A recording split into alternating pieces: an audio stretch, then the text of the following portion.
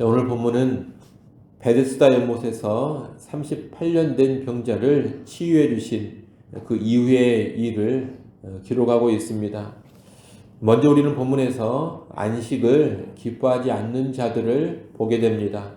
10절에 보면 유대인들이 이 병 나은 사람을 향해 하는 말이 나옵니다. 안식일인데 네가 자리를 들고 걸어가는 것이 옳지 않다는 겁니다. 예수님이 병자를 고치신 날은 안식일이었는데 예수님은 그때 이 병자를 향해 네 자리를 들고 걸어가라고 명하셨습니다. 그런데 이 자리를 들고 걸어가라는 명령에 대해 유대인들이 지금 문제를 제기하고 있는 겁니다.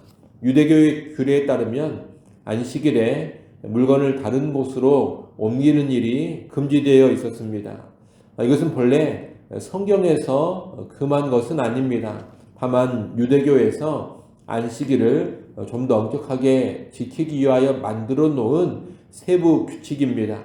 그런데 지금 이 규칙을 들어 자리를 들고 걸어간 병 나은 사람을 비난하고 있는 겁니다. 유대인들의 비난에 대해 병 나은 사람은 자기를 고쳐준 사람이 자리를 들고 걸어가라고 말했다고 합니다. 그러자 이제 유대인들은 이 명령을 한 사람을 찾아내려고 합니다. 그 사람을 비난하고 공격하기 위해서입니다. 여러분, 지금 이 유대인들은 안식일의 의미라든가 그 병자의 회복에는 전혀 관심이 없습니다. 그토록 오랜 세월 38년간 고통당하던 사람이 지금 나음을 얻었습니다. 자유케 되었습니다. 무겁고 고단한 질병에서 놓여 쉼을 얻게 된 겁니다. 그것도 기적적인 방법으로 그렇게 됐습니다. 그러면 이 치유와 회복에 대하여 기뻐하고 하나님께 영광을 돌리는 것이 마땅합니다. 그런데 그러지를 않습니다. 이들은 하나님께도 관심이 없고 사람에게도 관심이 없습니다. 자기들 딴에는 율법을 탁월하게 지킨다고 생각하고 있지만 정작 율법의 정신에는 전혀 관심이 없는 겁니다. 여러분, 율법의 정신이 무엇입니까? 하나님을 사랑하고 이웃을 사랑하는 것입니다. 또 안식일의 정신은 무엇입니까? 하나님의 은혜로 사람이 쉼을 누리는 것입니다. 그런데 율법을 탁월하게 지키기 위해 사람들이 세부적으로 세워놓은 규칙까지 지키면서도 정작 사람 그 자체에는 관심이 없습니다. 사랑이 전혀 없습니다. 또 안식일의 정신인 안식에도 관심이 없습니다. 그저 자기들이 만들어 놓은 규칙을 지키느냐 지키지 않느냐 여기에만 몰두하고 있습니다. 그런 가운데 아주 차갑고 냉정합니다. 누군가 안식일에 안식을 누리는 것을 오히려 분노하고 있습니다. 여러분, 이렇게 율법의 참된 의미와 정신, 안식의 진정한 정신을 모르고 외면하면 엉뚱한 신앙생활을 하게 됩니다. 외적인 규칙과 형식을 지키는데 급급해하면서 정작 사랑이 없습니다. 규칙을 지키느냐 지키지 않느냐 여기에만 온통 정신이 팔려서 그것만 지켜보고 있습니다. 아무리 큰 사랑을 베풀었다 하더라도 어떤 규칙을 하나 어기면 그것을 물고 늘어지면서 비방을 합니다. 아무리 말씀의 정신을 더 온전히 구현했다 하더라도 정해놓은 규칙을 어겼으면 그것으로 정지해버리고 그 일을 더 이상 못하게 막아버립니다. 여러분, 이런 모습은 신앙이 병든 것이고 생명력을 상실한 것입니다. 죽어버린 종교가 된 겁니다. 우리는 이런 모습을 경계하고 언제나 정신을 붙잡고 본질을 붙잡는 신앙생활을 해야겠습니다. 여러분, 예배의 본질이 무엇이고 주일의 본질이 무엇인지를 잘 알아야 합니다. 성경 말씀을 배우는 본질이 무엇인지도 잘 알아야 되고 찬양과 설교와 성찬의 정신이 무엇인지도 잘 알아야 합니다. 그런 것을 알고서 본질과 정신에 집중할 때 올바른 신앙생활을 할 수 있게 되는 겁니다. 오늘 본문에 보면 병자의 안식을 기뻐하지 않던 사람들은 나아가 이제 안식일의 주인이 되시는 예수님까지 박해야 합니다. 치유 사건으로 인해 한바탕 홍역을 치른 후에 예수님은 38년 된 병자를 다시 만나서 다시는 죄를 짓지 말라고 말씀하십니다. 아마 이 38년 된 병자의 질병이 범죄와 연관이 있었던 것 같습니다. 그래서 따로 다시 만나서 이런 당부를 하시는 겁니다. 여러분, 육체적인 치유가 전부가 아닙니다. 진정한 치유, 진정한 안식을 누리려면 이제 죄에 매여 살지 않고 하나님의 말씀을 따라 살아야 합니다. 그래서 예수님께서 이 사람을 다시 찾아와서 다시는 죄를 짓지 말라, 이런 권면을 하시는 겁니다. 그런데 이 만남을 통해 자신을 치유해 준 분이 예수님이라는 것을 명확히 알고서 이 고침받은 사람은 유대인들에게 가서 나를 고쳐준 사람이 예수다, 이렇게 고합니다. 그리고 이로 인해 유대인들은 예수님을 박해하기 시작했습니다. 안식일 규례를 어겼다는 이유로 예수님을 박해한 겁니다. 이들의 모습은 안식을 주러 오신 구주를 박해하는 것이요, 그들이 실상 안식을 파괴하는 자들이라는 것을 보여줍니다. 자기들 딴에는 안식일을 지킨다며 움직이는 이런 모습들이 오히려 안식일의 주인을 박해하고 안식일을 부정하고 안식일을 훼손하고 있는 그런 모습인 겁니다. 그런데 오늘날에도 이런 모습이 있을 수가 있습니다. 복음을 위한다고 말하는데 실상 복음을 회방하는 모습을 가질 수 있습니다. 하나님을 위한다면서 실상 하나님의 영광을 훼손할 수도 있습니다. 열심히 신앙생활을 한다고 하면서 평안과 안식을 깨트려버리는 그런 사람이 될 수도 있습니다. 이것은 모두 지극히 얄팍한 신앙생활, 말씀의 바른 의미를 모르는 신앙생활, 하나님 사랑과 이웃 사랑이 결여된 그런 신앙생활에서 나오는 모습들인 겁니다. 여러분, 지식 없는 열심이 위험하고 또 사랑이 없는 열심이 아주 위험합니다.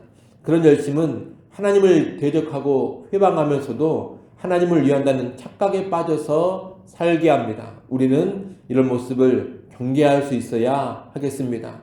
여러분, 열심에는 반드시 바른 지식이 있어야 합니다. 그리고 또 열심에는 반드시 사랑이 가득 차 있어야 합니다. 지식이 있는 열심, 사랑이 있는 열심만이 하나님 앞에서 합당한 열심이 되는 겁니다. 그래서 우리는 그런 열심으로 신앙생활을 해야겠습니다. 이렇게 유대인들이 안식일 문제로 예수님을 박해하는 상황에서 예수님은 자신이 하나님과 더불어 안식을 주러 오신 분임을 선포합니다. 17절 말씀을 같이 한번 읽어보겠습니다. 17절 말씀 함께 읽습니다. 예수께서 그들에게 이르시되 내 아버지께서 이제까지 일하시니 나도 일한다 하시매. 아멘. 예수님은 자신이 안식일을 어긴 것이 아니라 하나님 아버지께서 안식일에 일하시니 나도 자신도 일한다, 그렇게 말씀하십니다. 안식일은 하나님께서 아무런 일도 안 하시는 날이 아닙니다. 그날은 오히려 하나님이 적극적으로 일하시며 안식을 창조하시는 날입니다. 하나님은 죄로 인해 타락하고 쉼을 잃어버린 인간에게 안식을 주시고자 일해 오셨고, 이를 위해 안식일, 안식년, 희년 같은 율법의 제도도 만들어 주신 겁니다. 이것이 모두 안식일을 위하여 일하시는, 또 안식을 위해 일하시는 하나님의 모습입니다. 그처럼 이제 예수님도 안식을 위하여 일하신다는 겁니다. 안식일에 병자를 치유하신 사건은 안식을 위해 일하시는 아주 작은 파편에 지나지 않습니다. 이 예수님은 진정한 그리고 완전한 안식을 주시기 위하여 십자가를 지는 일까지 하실 겁니다. 그 일을 통해 사망에 매여 죄의 종으로 또 사탄의 종으로 살아가는 인간들에게 진정하고도 완전한 안식을 주시는 겁니다. 예수님은 바로 그 일을 하기 위해서 이 땅에 오셨고 안식일에도 그런 일을 하시는 겁니다. 유대인들은 예수님이 이런 말씀을 하시자 이제 예수님을 아예 죽이려고 합니다. 하나님을 아버지라 부르며 자신을 하나님의 아들이라고 칭하니 신성 모독으로 간주해서 예수님을 죽이려고 하는 겁니다. 하지만 진짜 신성 모독은 누가 하고 있느냐? 예수님이 하고 있는 게 아닙니다. 유대인들이 하고 있는 겁니다. 진정한 하나님의 아들을 알아보지 못하고 죽이려 하고 있으니 이것이 진정한 신성 모독인 겁니다. 여기서 유대인들은 또다시 심각한 잘못을 저지르고 있습니다. 신성 모독을 막는다면서 오히려 신성 모독을 하고 있는 겁니다. 이 역시 신앙의 본질을 상실해버리고 형식과 외식에만 몰두하고 있는 눈이 가려진 모습입니다. 여러분, 신앙에는 이렇게 모순된 모습이 나타날 수가 있습니다. 철저히 신앙생활을 하려다가 오히려 신앙의 가장 중요한 본질을 외면할 수 있습니다. 하나님을 위한다면서 실상 가장 정연하게 하나님을 대적할 수 있습니다. 생명 살리는 일을 한다면서 실상 생명을 죽일 수 있습니다. 신성 모독을 막는다면서 오히려 가장 심각한 신성 모독을 할 수가 있습니다. 어떨 때 그럽니까? 말씀의 참된 의미를 모르고 인간적이고 세상적인 이익이나 추구하고 전통과 규례에만 매여 있고 형식과 외식에만 붙들려 있을 때 그렇게 되는 겁니다. 우리는 오늘 본문에 이러한 유대인들의 모습을 보면서 그런 잘못된 신앙을 크게 경계할 수 있어야 하겠습니다. 여러분, 말씀을 바르게 잘 배우시고 세상 욕심을 버리고 순전하게 하나님 영광을 추구하면서 신앙의 본질과 신앙의 참 정신에 충실한 삶을 살아가기 바랍니다. 그래서 오늘 본문에 유대인들이 보여준 것 같은 그런 잘못된 폐단에 빠지지 않는 참 신자들, 바른 신앙의 소유자들 될 수 있기를 간절히 바랍니다. 기도합니다. 하나님 아버지, 우리의 신앙생활이 바른 말씀 위에 세워지게 하시고 우리의 중심으로 하나님을 사랑하고 이웃을 사랑하는 가운데 하나님 앞에서 온전한 신앙의 삶 살아가게 하여 주시옵소서. 그저 전통과 규례에만 매이고 그저 형식과 외식에만 붙들려 있고 우리가 만들어 놓은 규칙만 지키는데 급급해하는 그런 신앙이 아니라 신앙의 본질, 말씀의 정신을 잘 알고 그 본질과 정신을 추구하고 구현하는 신앙의 삶을 살게 하여 주시옵소서. 아버지 하나님, 또 이 새벽 시간 하나님 앞에 나와 엎드립니다. 주의 백성들을 긍휼히 여겨주시고 하늘의 은혜, 때를 따라 돕는 은혜를 다시금 허락하여 주시옵소서. 주일입니다. 예배의 시간 성삼위 하나님 임재하셔서 영광을 받으시고 예배하는 모든 성도들에게 하늘의 문을 여시고 신령한 은혜를 충만하게 허락하여 주시옵소서. 특별히 성찬이 있는 주일입니다. 성찬 예식을 통하여서도 복음의 은혜가 넘치게 하시고 모든 성도들이 십자가의 복음 안에 더 깊이 잠기게 하여 주시옵소서.